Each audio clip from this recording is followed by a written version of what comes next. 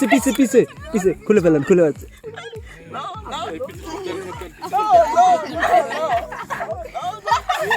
না এগুলো হচ্ছে পাহাড় ধ্বংস করার একটা গ্রুপ, যারা ঝিরির পাথরকে ভেঙে এখানে স্তূপ করা হয়েছে। সম্ভবত রাস্তার কাজ করার জন্যই হবে, কিংবা বিক্রি হবে। আসলে এভাবে এই প্রকৃতির পাথর ধ্বংসের যে লীলা, আমরা যাবো ওই দূরের চূড়ায়, দেখা যাক।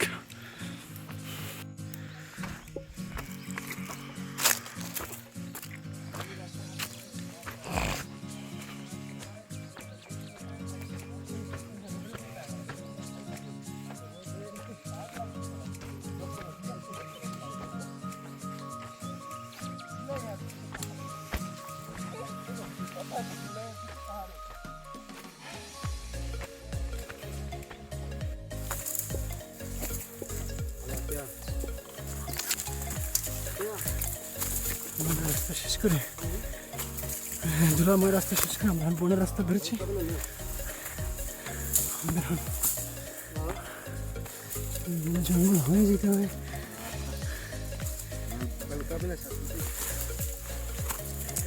যেটা একটু কালের থেকে কঠিন।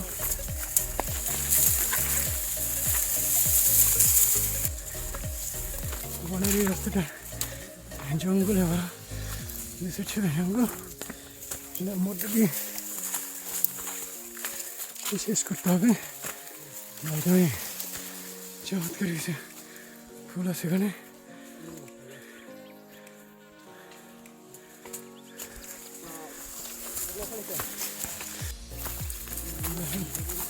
মনের ভিতর দিয়ে যাচ্ছি।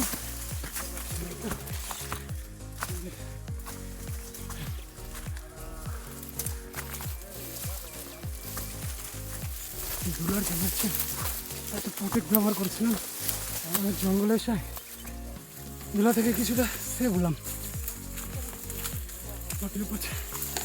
জঙ্গল দিয়ে পাড়ি দিতে হবে আমাদের।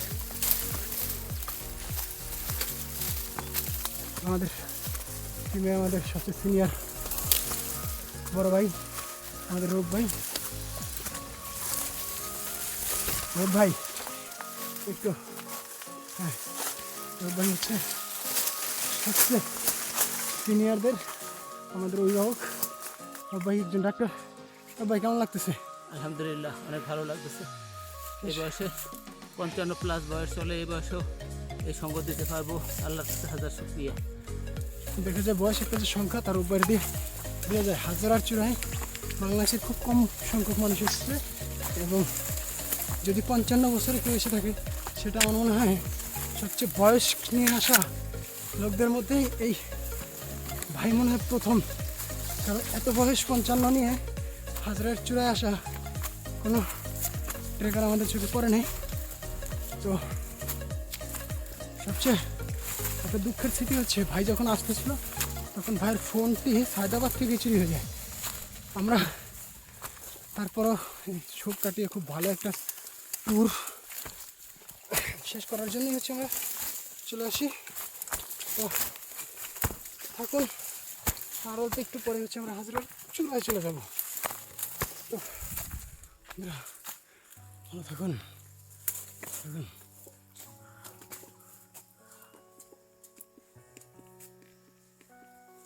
বলতে বলতে আমরা মোটামুটি হাজারের চূড়ায় চলে এসেছি।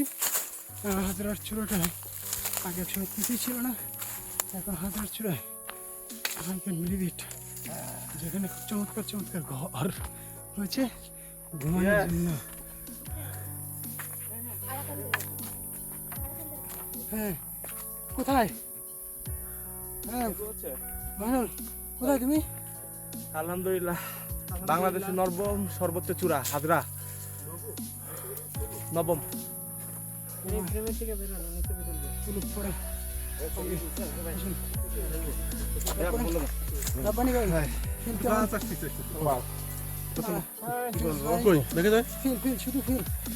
বলতে কি একটু কাহিনী আছে আমাদের। কিছুক্ষণ আগে, 1 ঘন্টা আগে আমরা রাস্তার ভিতর জানতে পারলাম 22 কিলোতে দুজনকে মেরে ফেলা হয়েছে, তার মধ্যে আর্মি কন্ট্রাক্টর একজন।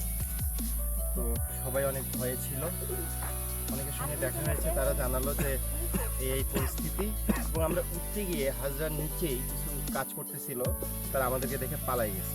তারা ভাবছে আমরা আমরা বাহিনীর নাম বাহিনীর আমরা কেউ অন্য একজন, বাহিনী। উগ্রবাদী কেউ একজন। পরে আমাদেরকে দেখে ওনারা মানে আশ্বস্ত হয়। এই finally thank you team Sabbir ভাই এবং টিমমেটরা, অসম্ভব সুন্দর টিমমেট। টিম স্পিডটা এইবারে পারফেক্ট ছিল, রাজ, রিদমটা সুন্দর ছিল। ধন্যবাদ। রাজ, তুমি রোববার সম্পর্কে বলবা, সব রোববার সম্পর্কে বলবা যে এই বয়সে 55+ বয়স, এই বয়সে আর কেউ হাজার আসছে কিনা? আলহামদুলিল্লাহ,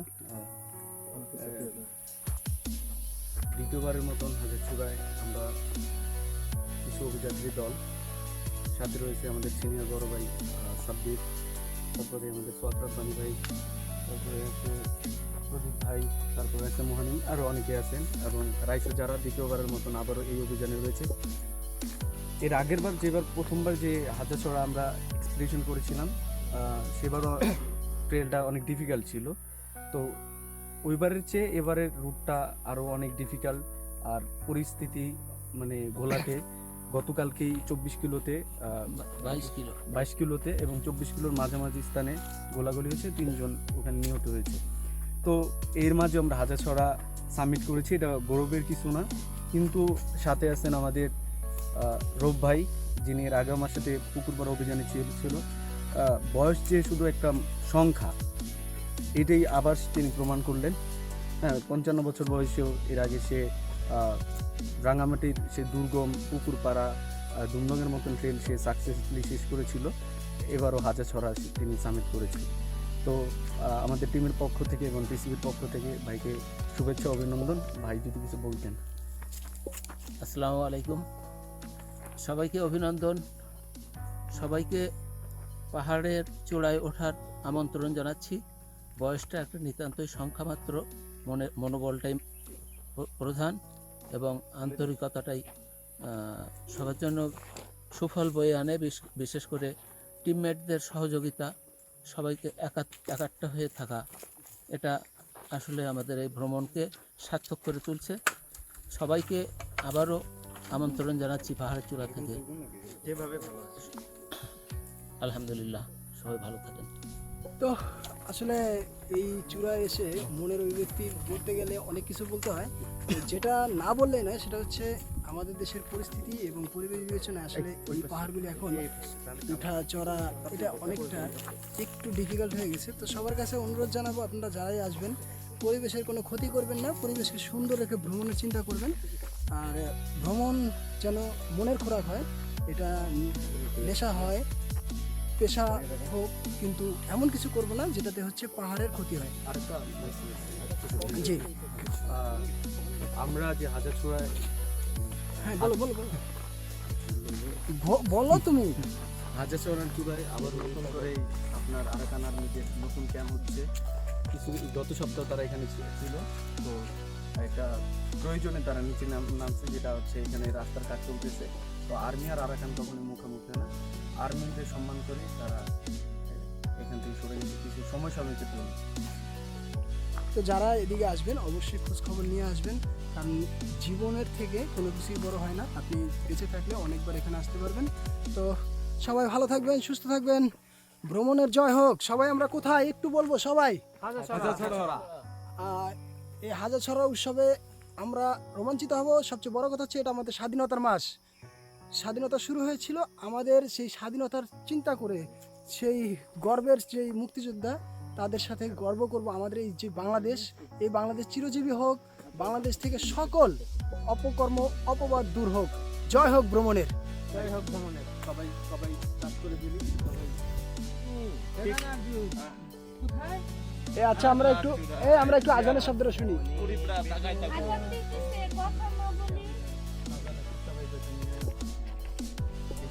এই অন্যরকম ফিলিংস প্রথম করা মনটা চূড়া যাবে।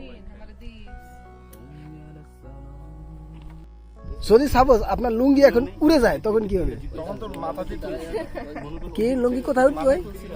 ও মাথায় তুলছিল। সমস্যা হয় না। আচ্ছা ওই আপু হাসতেছে কেন?